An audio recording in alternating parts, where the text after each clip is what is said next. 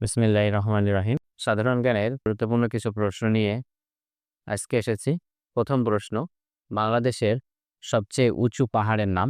বাংলাদেশের সবচেয়ে উঁচু পাহাড়ের নাম হলো গারো পাহাড়।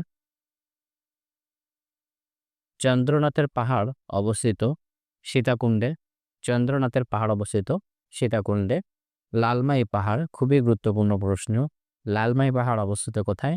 কুমিল্লাতে লালমাই পাহাড়ের অবস্থান। বাংলাদেশের সমুদ্র উপকূলের দৈর্ঘ্য 711 কিলোমিটার। মিয়ানমারের সাথে সীমান্ত আছে বাংলাদেশের তিনটি জেলার সীমান্ত আছে, একটা হলো রাঙ্গামাটি, বান্দরবন, একটা হলো কক্সবাজার। বাংলাদেশের যে জেলা দুইটি দেশের সীমানা দ্বারা বেষ্টিত, একটি মাত্র জেলা, সেটা হলো রাঙ্গামাটি। বাংলাদেশ রাঙ্গামাটি জেলাটি মিয়ানমার এবং ভারত এই দুটি দেশের সীমানা দ্বারা বেষ্টিত। মিয়ানমার বাংলাদেশের যে দিকে অবস্থিত, মিয়ানমার বাংলাদেশের কোন দিকে অবস্থিত? দক্ষিণ পূর্ব দিকে অবস্থিত।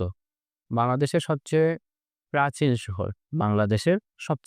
শহর, খুবই গুরুত্বপূর্ণ প্রশ্ন, অনেক পরীক্ষায় আসছে।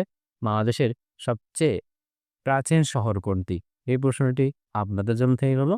কমেন্টের মাধ্যমে এই প্রশ্নের উত্তর দিয়ে আপনাদের প্রস্তুতি যাচাই করুন।